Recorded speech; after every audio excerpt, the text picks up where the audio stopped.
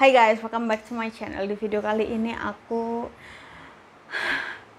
kayak rada senang-senang terharu gitu. So di video kali ini aku mau sharing ke kalian, aku mau cerita soal perkembangan promil aku. Jadi ini kayak aku itu excited banget guys cerita ke kalian. Pas aku mau ngelakuin ini tuh aku kayak berpikiran, oke lah, gimana kalau aku bikin video aja reaksi first time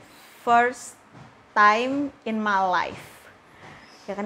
Jadi ini pertama kalinya di hidup aku nyobain pijet hamil ya, pijet hamil.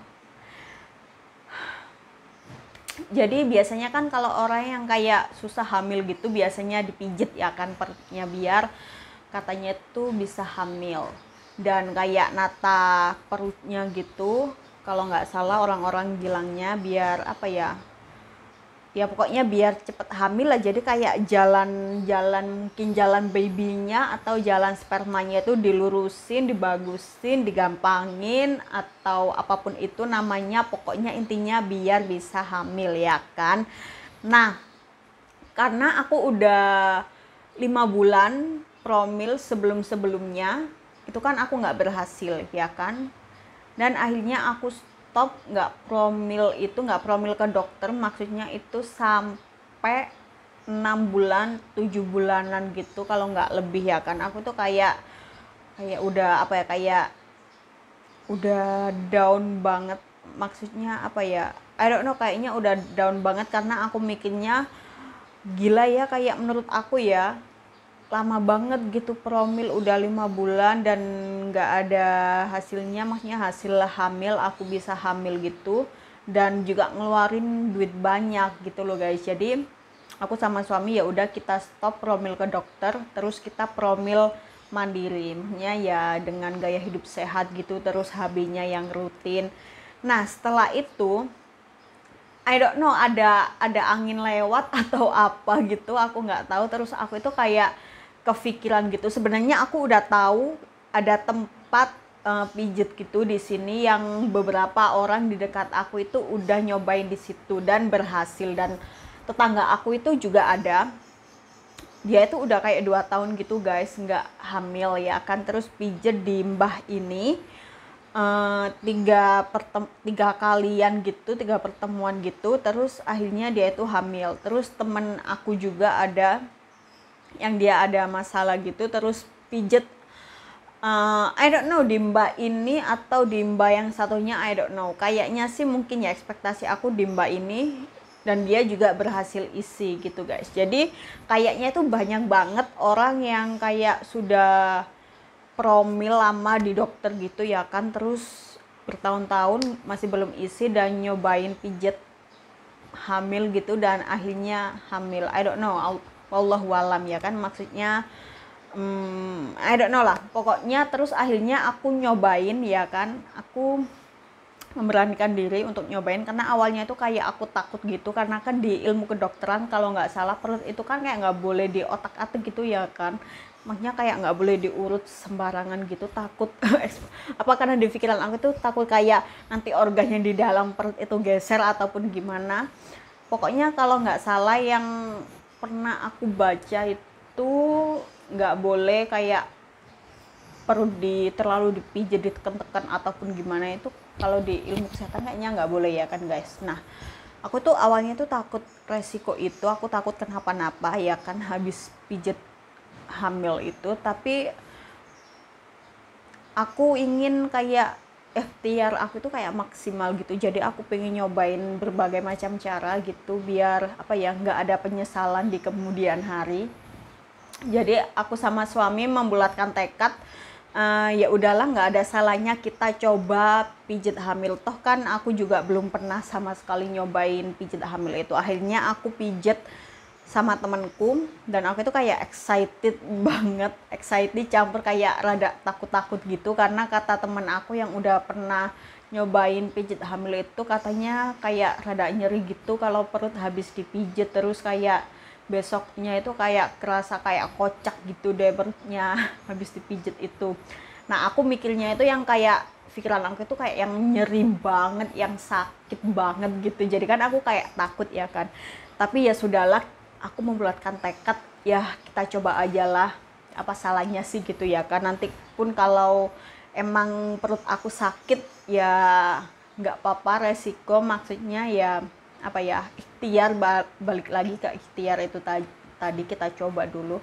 Terus akhirnya aku memberanikan diri, terus akhirnya aku pijet ya kan, dipijet sama mbahnya itu perut aku cuma sebentar doang guys. Terus perut juga dipijet, terus apa, daerah selangkangan itu juga dipijet, terus apa sempet dibacain apa doa-doa gitu di belakang punggung aku. Terus habis dipijit kan punggung aku, terus dibacain doa-doa gitu, nggak tahu pokoknya komat kamit banyak. Terus habis itu ditiupin anginnya itu ke punggung aku kayak seperti ini.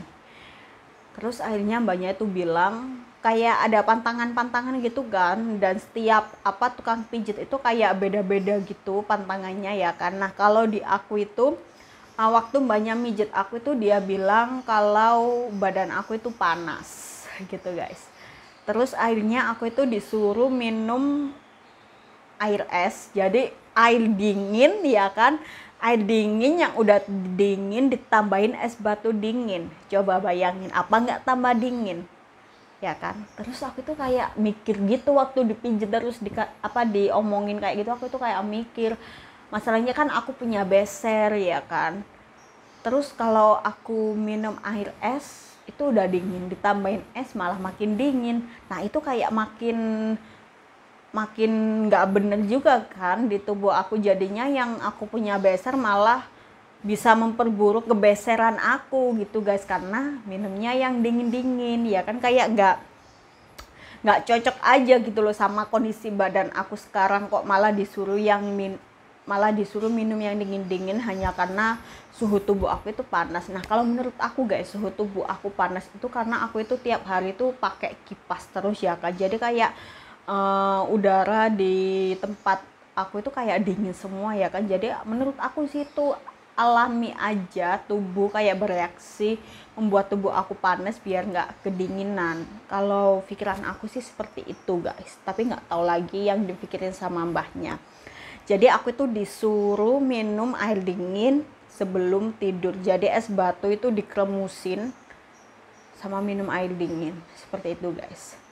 Ya udahlah nggak apa-apa, walaupun aku punya beser ya udahlah aku lakuin aja. Dan aku pun udah bilang sama mbahnya kalau aku punya beser, cuman mbahnya itu nggak ngomong apa-apa, tetap aja mbahnya nyuruh aku minum es dingin pakai es batu seperti itu guys. Terus pantangannya itu aku nggak boleh makan pisang, terus nggak boleh makan semangka, terus kalau makan yang berkuah-kuah itu harus nunggu kuahnya itu dingin guys. Terus harus lebih banyak juga makan telur rebus, jadi kayak harus nyemil itu. Pokoknya itu aja sih pantangan aku, nggak boleh makan pisang, semangka, terus nggak boleh makan yang kuahnya masih panas gitu, nggak boleh, harus nunggu dingin karena katanya badan aku itu panas gitu, kandungan aku panas, I don't know. Cuman katanya sih masih bagus, jalannya masih bagus, masih oke tubuh aku. Jadi ya insya Allah semoga secepatnya bisa isi gitu guys, karena mbahnya pun bilang seperti itu. Jadi insya Allah ini bisa isinya cepet gitu. Jadi mungkin akhir bulanan ini aku bakalan balik pijat lagi.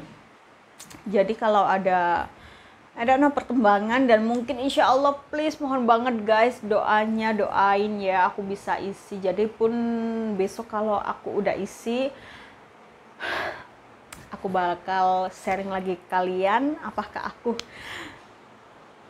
waktu berhasil isi itu, apa ya, aku bingung ngomongnya. Kalau aku berhasil isi, aku bakal ngasih tahu ke kalian tempat mbah pijitnya itu di mana gitu guys. Karena mbahnya bilang kalaupun apa ya, nanti udah isi itu, kalau pitonan itu mbahnya cuma minta rujaknya aja, nggak usah dikasih yang kayak banyak-banyak gitu. Mbahnya nggak minta itu, cuman ya kasih rujaknya aja gitu sih guys. Jadi Oke lah kalau rujak mah oke, aku kasih sebanyak yang banyak mau deh kalau emang aku bisa hamil ya kan. Jadi